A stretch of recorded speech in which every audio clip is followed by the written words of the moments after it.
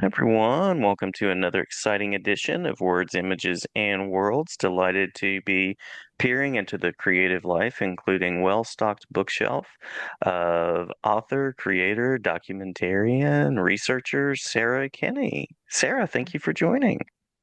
Thanks for having us. That's brilliant. Thank you. Of course, my pleasure. My pleasure.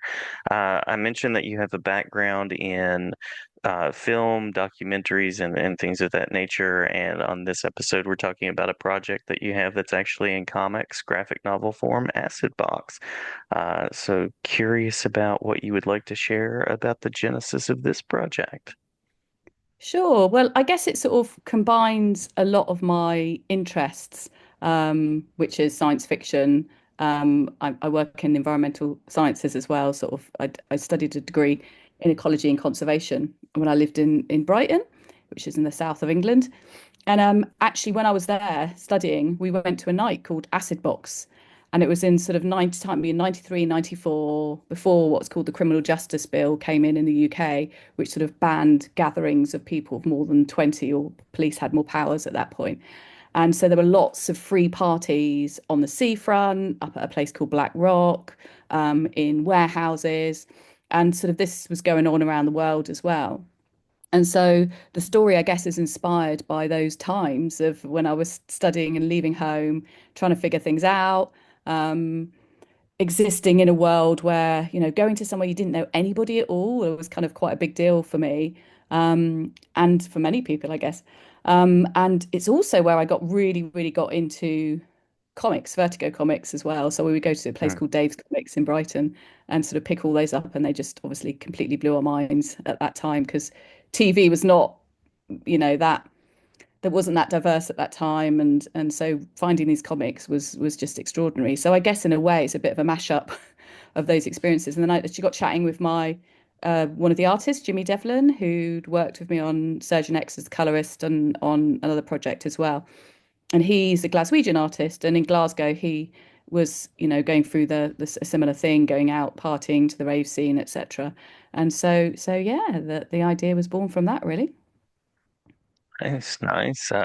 Love the research background that you have, and I love how that feeds into science fiction because to be truly science fiction, you have to have that element of science, and also loving the social aspects.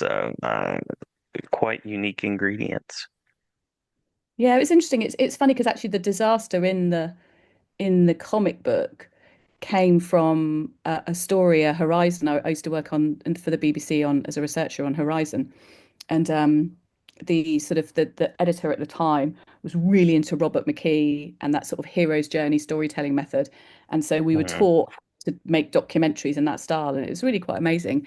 And there was a documentary made called Mega Tsunami Wave of Destruction, and I remember I just started on Horizon. I didn't know what I was doing. I was like, oh my God, I'm in the BBC. How did this happen?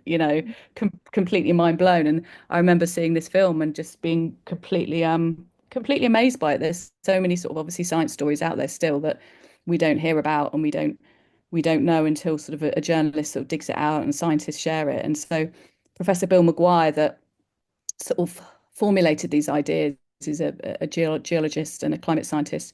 He actually advised on this comic, which was amazing. And so he, Nice. I sort of we told the story to him, and he kind of looked at the pages in which this event show, played out, and he sort of helped us with some of the statistics. And it, probably people won't notice, and I'm quite nerdy like that, so I'll really think about whether how accurate things are. Oh, my poor colorist. So Sophie Dodgson, they're just one of the most amazing colorists. And we had this sort of epic chat about when they go through wormholes, what colors would you see? And I spoke to a whole range of scientists about time travel. And that one of these guys at Sussex Uni actually was saying to me, actually people consider Interstellar as one of the best sort of depictions of time travel or parallel universes, that thing, and said they got one thing wrong, which was redshift, and that was when you were moving towards the wormhole versus against it. And I'm like, well, let's just try and get that right. So color wise, we'd done it one way, and then we had to flip it back the other way. And Katie West, my editor at the time, she was like, her brain was exploding. We were all trying to go, well, they're going into the hole, so that means it should be red, or coming out the hole that means it, yeah. Anyway, so I do obsess over these things, which probably is a bit annoying for people around me, but Sophie was very generous with helping us to make sure we got the colors right for that. But I enjoy that as a creator. I think knowing that you've got those bits right, or planting things all in that people might notice, is Mhm. kind of the fun of it, I think. Some people, yeah, most people probably wouldn't notice, but yeah, it was one of the things I obsessed over a bit. But yeah, science, I'm always reading science papers. I always love science news, and I love trying to think of ways to sort of piece all those sort of story elements together. And I think that's our character actually is really going through this process, Jade Yo, in her world of sort of observing all these disparate phenomena in her life, in her world. And she's trying to piece things together and figure out her life and figure out how it all fits together and the power that she has within that. And so the story, I guess, sort of really navigates this sense of the layers that you have in your life, I guess, and how you navigate and put them together and pull them apart and think about them. It's nice. I love the level of thought that you've given to it, and what makes the comic or graphic novel format the ideal space for creating a story like this. I think, God, time travel, it's like a dream, isn't it? Telling, Hmm. using graphic novels, those stories, because of the sort of the time element, what you show, what you don't show.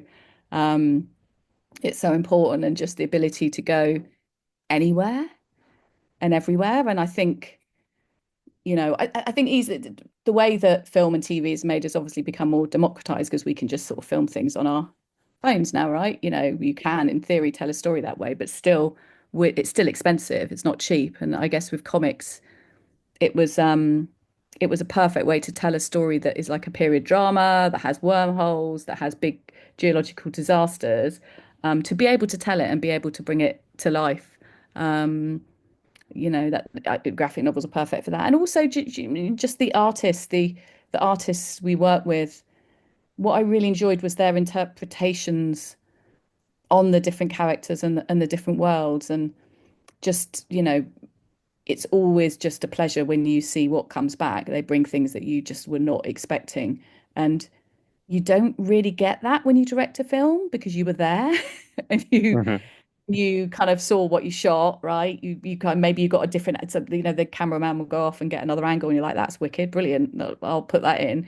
But with comics, it's genuinely a co-creation piece. You hand it over and they do some magic, and you get things back that you weren't in your mind's eye at all. And I think that's what the power of comics, that collaborative that collaborative impact have. And even, with the coloring, the stuff that Sophie had done, she did this amazing page which takes us through time, and it takes us into set in Detroit, and you've got the old Detroit, then the car manufacturing, and then you've got the sort of the what happened with the after the collapse of the car manufacturing industry, and how they had lots of very technologically minded young people who then went on to use machines to make music.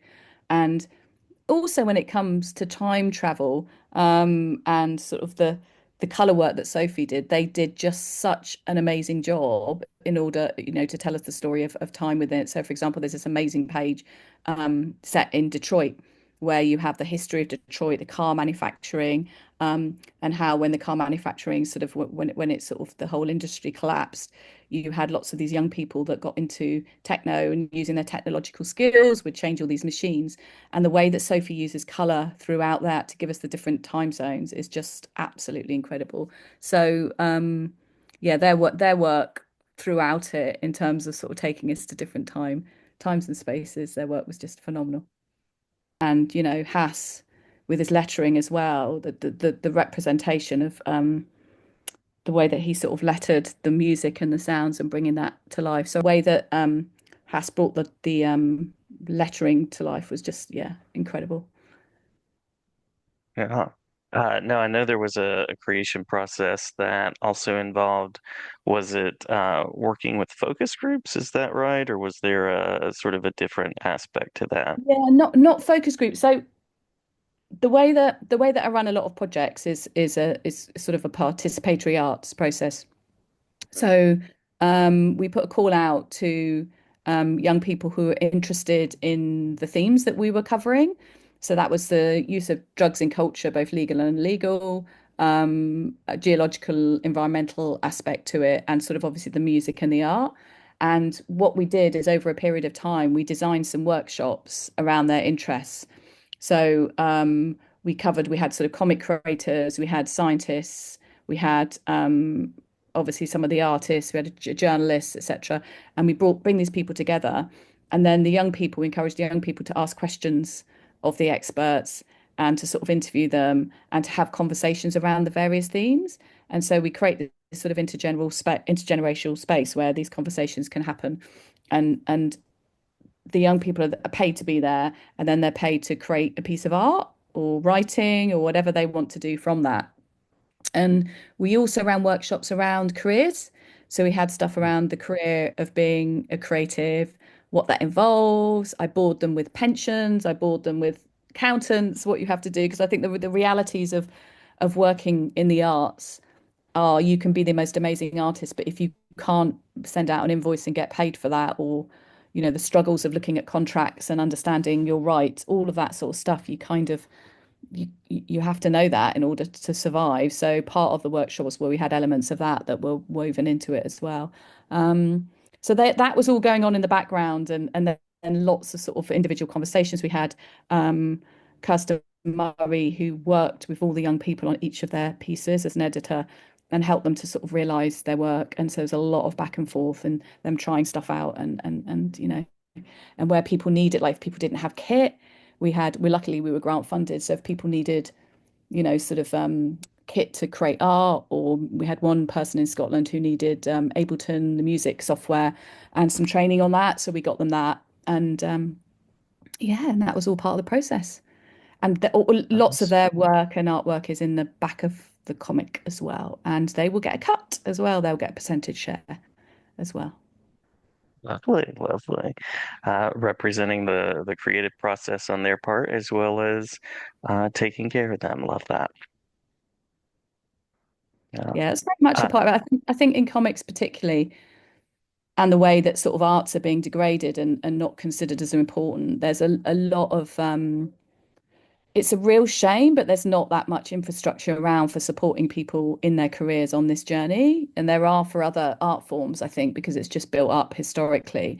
But for comics, there's less spaces to learn and to try stuff out and to make mistakes, etc. And that's what I love about Avery Hill publishers. I mean, they're just the best publisher. Obviously, they've just got some incredibly experienced people on their books, but they also will take a punt on newbies. And in our comic, we've got a whole range of from very, very like Emma Vicelli, Hass, Sophie, really experienced people where myself and some of the other people, we just haven't done loads. I mean, I've worked in comics for quite a long time, but a lot of it's been participatory work. But actually, this is only my third big graphic novel I've worked on. So I think,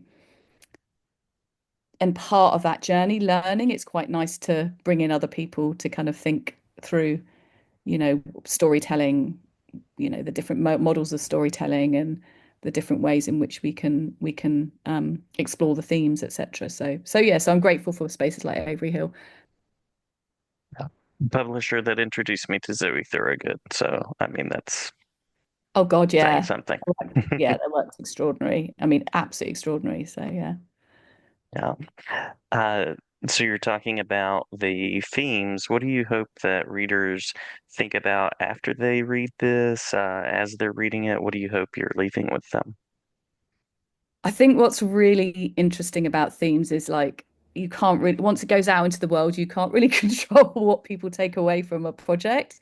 You can, Hmm. like some of the feedback I've had from staff, you're just like, oh, wow, I wasn't thinking of it like that. And maybe as you get more expert, you kind of you can ensure that people you point people in the right direction. But in terms of sort of from the creating perspective, the themes are very much exploring how we cope with disaster and crisis and that sort of existential doom that we're faced with, and remember to have fun. I think sort of I feel like I've got 11-year-old twins, And I feel like so many of us now we're constantly exposed to sort of all this negative stuff. I almost have moments when I'm online and I feel guilty. I'm like, I can't share anything happy because there's just so much horrible, read the room sort of thing. There's so much horrible stuff going on. So I think that there's a lot of themes around how we balance sort of the joy in our life, friendship, going out, having fun with all the sort of doomy stuff. And also it looks at sort of the power we have to control that. And that's something I'm talking about quite a lot with people. I've got a day job, a sort of a temporary contract at the Environment Agency in the UK, working in flood and sort of working as the innovation engagement manager and looking at how we tell stories with communities about their flood risk, past, present, and future. And we're looking at the use of comics for that as well, and as well as sort of film and all sorts of other stuff. And so I think that the theme of how we also sort of find friendship and collaborate to work through stuff is really important. So I'd be interested in, I'll wait and see. I'll be interested in what you think about it, Jason, as a teacher and an educator. I'm Yeah. always interested in what people get from it. There's lots of layers there. I mean, there's the character Jade and her brother have experienced loss and trauma, and how we deal with that, how we work through it. I suppose that's where the sort of the drugs and alcohol part of it comes in. How we deal is very, very different. We had one young person who we were working with who's what's called a sober raver, and she's written an article about that on the back, and her experience of going into the rave scene is just completely sober, and she just dances and loves it and chats to people, etc.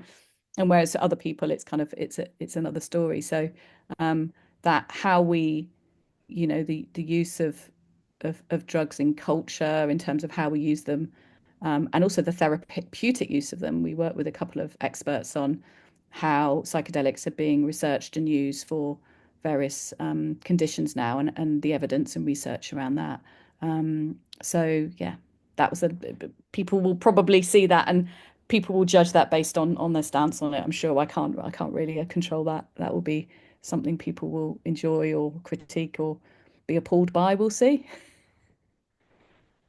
That is the conversation between the artist and audience, always. Yeah. It's really interesting you're saying that. I've just got a grant from the Arts Council England to I'm writing a novel, and so I'm on this Faber course, and that we've got a cohort of about 16 of us, and one of the conversations we've been having is about POV, like whose view, how you write the story. And it's just I mean, I'm learning again every time I switch to a different medium. I learn a lot, and just thinking about the impact it has, like your intention as the writer versus what a reader brings to it. Like, no matter what you write, a reader, there's plenty of readers out there that will hate your work. They'll just hate it, and there's nothing you can do about it because you as a writer, they're just not going to vibe with the subject matter, the way that you write, all of that stuff.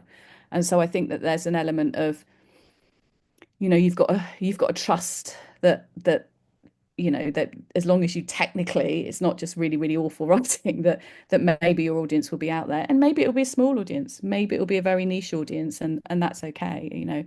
The art of Mhm. creating and writing stories is, we don't do it just for audience. I think we do it to work through stuff, we do it to express ourselves, we do it for all different reasons. And I think it's important that we hold on to that and not just feel that it has to be sort of there's a business reason or a capitalist reason for creating art and doing things. That we should, if even if our audiences are small, you're selling zines at a Comic Con, or sharing your stories online, and you've got a small audience, that's okay. Like, there's you should be proud of that, and you should be able to create work that speaks to a small audience and not worry about it. Agreed. Agreed, absolutely. Um, um, well, if I am a reader out there and I want to see and respond, where would be some places that I might find out more information? So we're on Kickstarter.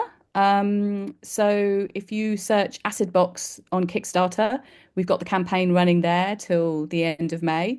I think you can still buy it off there little bit longer, but then it will go into bookshops in September. So Avery Hill are our publishers. So if you go to the Avery Hill website, you can look them up there, and they'll point you in the direction of where to get the comic from.